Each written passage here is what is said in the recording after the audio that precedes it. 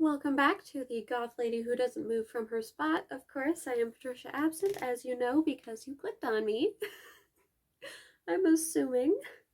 So, today's story is about why you need to be careful on Kijiji. Today's story is about a mentally ill ghost hunter. Now, of course, mentally ill needs support. I mean, who isn't mentally ill, especially living through a pandemic. This was a few years ago and lasted more than 2 years at least. So one night, I was about 1920, I decided to start scrolling through Kijiji.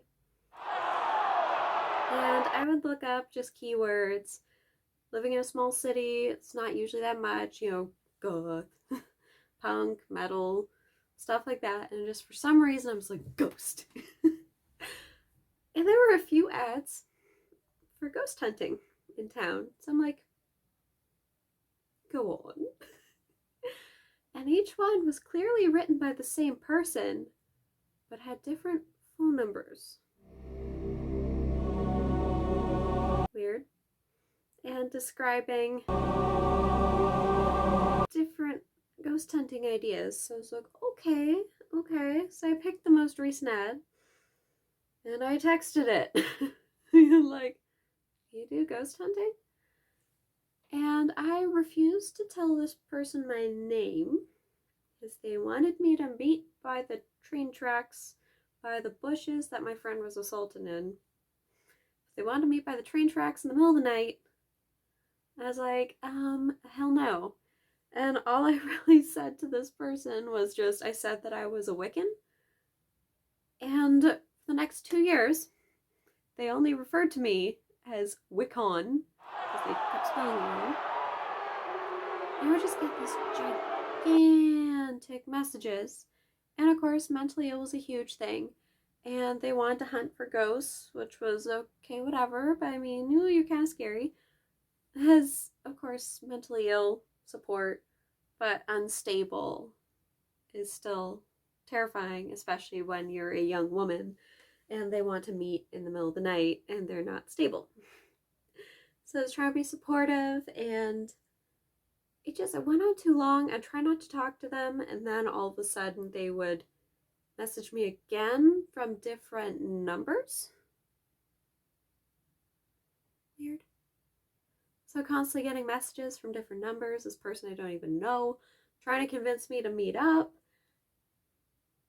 And a side note of why I knew mentally ill was very big was, of course, I support transgender people.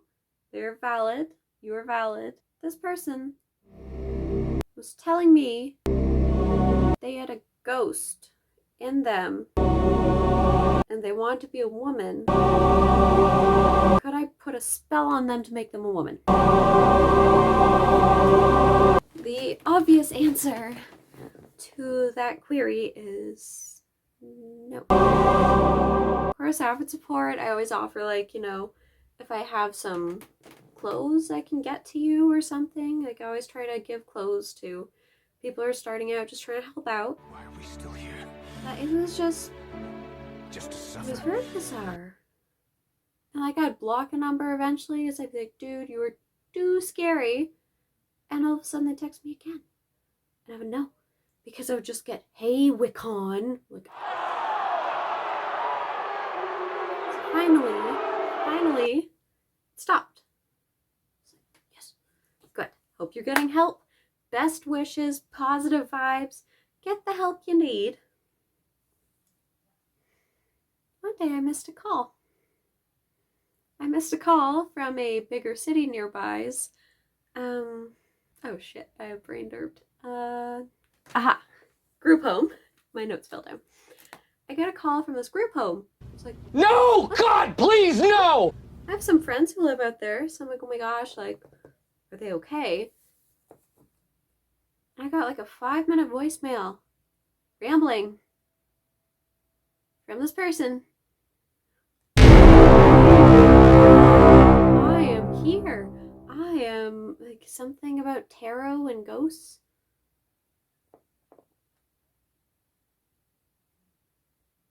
They were in a place where they were hopefully getting help. Hasn't happened since. Just want to share the weirdest Kijiji interaction I've ever had.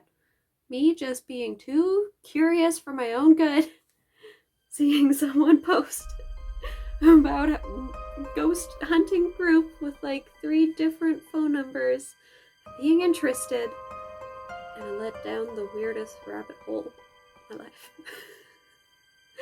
It was bizarre. I knew a few people who actually knew this person, and yeah, it was a mixture of mental health and drugs, but that's not what I was anticipating. I was anticipating, I don't know, like I even said, like, are you doing human trafficking? Like, what is with all these phone numbers?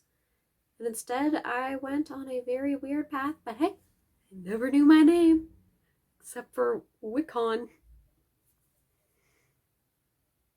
Be careful on the internet.